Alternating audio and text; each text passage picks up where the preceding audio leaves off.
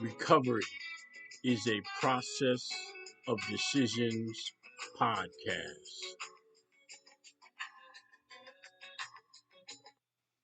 This is Trent Thomas, your recovery certified peer support specialist.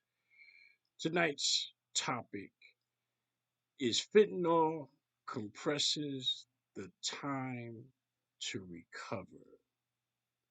Fentanyl is the latest drug scourge to reach epidemic levels in America.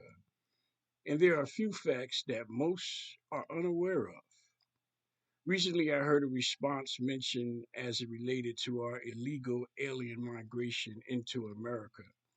The statement erroneously stated that the illegal aliens were responsible for the flood of fentanyl into the U.S. with their backpacks full of fentanyl.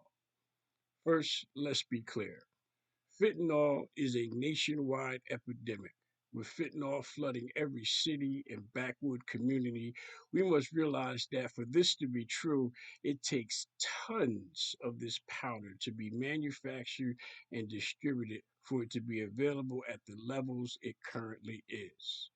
Let's look at the milk industry. Every time you go to the market or local corner store, there is milk available. This means cows are pumped for this vital liquid day and night, every day of the week, every month of the year.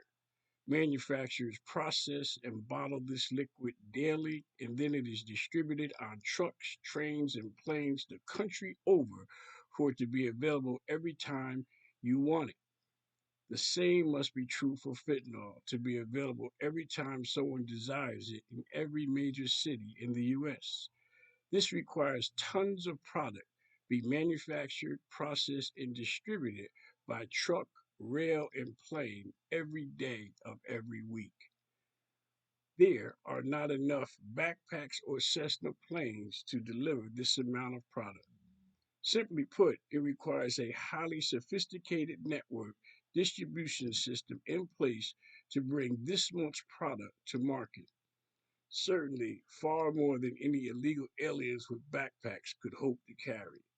The next falsehood to deal with is the seriousness of the lethality of this particular opioid. First and foremost, fentanyl is 50 times stronger than heroin and 100 times stronger than morphine. The next factor in fentanyl is its half life, i.e., the amount of time it takes to cycle through the metabolism, which can be anywhere from 7 to 25 hours. This means from the time introduced, it could still be potently strong from half a day to a whole day. If each new introduction is met with a significant portion of the drug still present a day later, that is why overdose rates are so high. Each time it's taken, the last dose is still present, making the levels toxic, putting a person at overdose levels.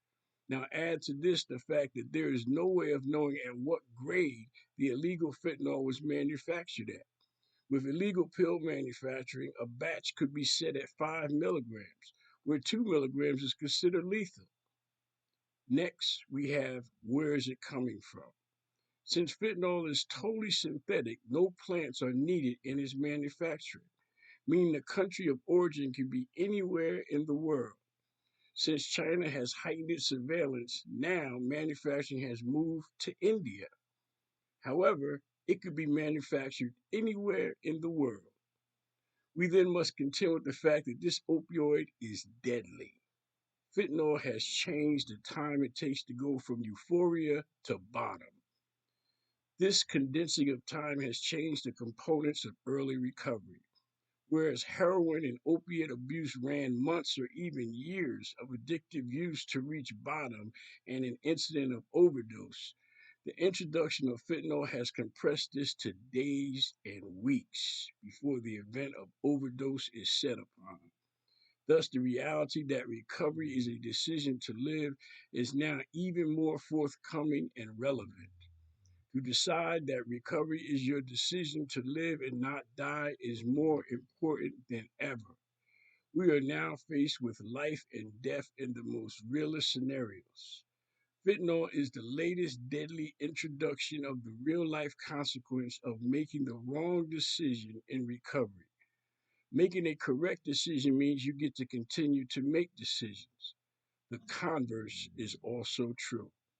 Making the wrong decision in recovery means you lose the ability to continue to make any decisions at all. Fentanyl has seriously compressed the time from euphoria to overdose when it comes to opioids. Add to this the fact that fentanyl is being laced into all forms, including pills, cocaine, and even candy drops. Recovery is now more important than ever. Your chance to recover is now shortened, and each use makes the opportunity to recover shorter and shorter. The decision to recover is extremely personal, but because of this latest deadly phenomenon called fentanyl, your time to recover is now shorter and even more important. We all should be mindful that recovery is a decision to live and not die. As we all know, recovery is a step by step process. The first step of this process is to decide to live. The next step is to decide to ask for help. Therefore, recovery is a process of decisions. When it comes to fentanyl, the decision to recover is an opportunity that may or may not be available after your next decision to use. Each time you use fentanyl, you are rolling the dice on if you will live long enough to decide to recover. For fentanyl users, the fact that recovery is a process of decisions is a fact that means your next decision could be your last. Recovery is a decision to live and not die. Decide wisely, because as in a decision of recovery, this decision is totally yours. The seriousness of the decision to recover is life or death, and the necessity of help is even more absolute. With that fact, I would like to offer the help of someone who has been there and scaled that mountain. My lived experience has a unique ability to save someone else's life. My life is an example of what to and what not to do. Anyone can learn from their own experiences, but it takes a wise person to learn from someone else's. My story is no different than yours. I used drugs until drugs used me. My strength and hope can inspire the next person on their climb up that hill of sustained recovery. I invite you to research my 12-week Jumpstart program for the tools you will need to battle the incurable disease of addiction. For although there is no cure, treatment is available for a productive, manageable life. To learn more about this recovery treatment program, please visit the website at transnetrecover.com. Be mindful, recovery is a daily application of a mandate to just do better. This day and every day, one day at a time. I thank you. And this has been Trent Thomas, your recovery certified peer support specialist, and another episode of Recovery is a Process of Decisions podcast.